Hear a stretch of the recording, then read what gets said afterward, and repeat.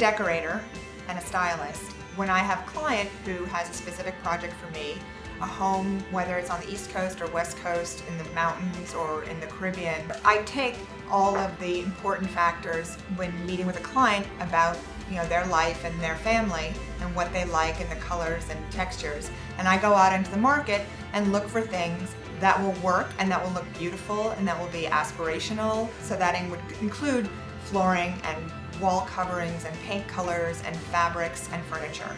And that's sort of where the real fun begins, because I get to go out and go to all my favorite sources and look for very specific things for this client and what will work for them and what will look great in the room, and then I'll be happy with the outcome, as will they. The average consumer can find inspiration in their local neighborhoods, whether it's their architecture in their town or the landscape where they live. If they own a home someplace that's like a beach or a mountain, they can find inspiration in their local thrift stores or antique stores from things in the past, and they can find inspiration from magazines. I'm always buying all the latest design magazines and plowing through them and dog-earing pages and putting everything on a color copier to make tear sheets.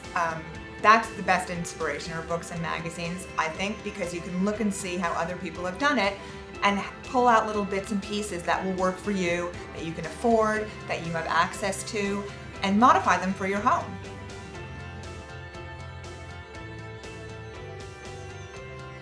Even something as simple as a shoebox can inspire somebody. I was incredibly inspired by a beautiful shoebox from a company that is based out of Paris, and it's a very old world couturier, and the box was so spectacular. The color French blue that they used, the black satin ribbon, completely inspired my apartment in New York City, and everything in the apartment was that beautiful French blue with white and a little bit of black detailing.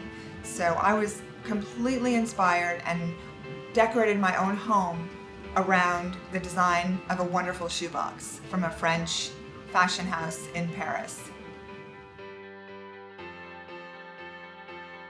When you're decorating on your own and doing it for yourself, a lot of times you can find one thing in a store, a rug, an area rug, or a piece of furniture that you love and adore, and that can be your point of departure, and you can base your room design and your colors and your fabrics around that one piece. That's always a great idea. Or if you have a family heirloom, a piece of furniture or an old carpet that was handed down to you or you've had forever, again, somewhere for you to start. You know you're going to keep it, you're not going to get rid of it, so you might as well work the room around what you love and own, or what you found in a store that you adore, and it's somewhere to start, and it's a great start. I know it can be incredibly overwhelming to start decorating for yourself on your own, but as a decorator, my advice to you would be to find your inspiration. Whether it's a beautiful photo of a room you want to emulate, or a rug you own, or a rug you saw in a store, or a piece of furniture that you own that was your grandmother's.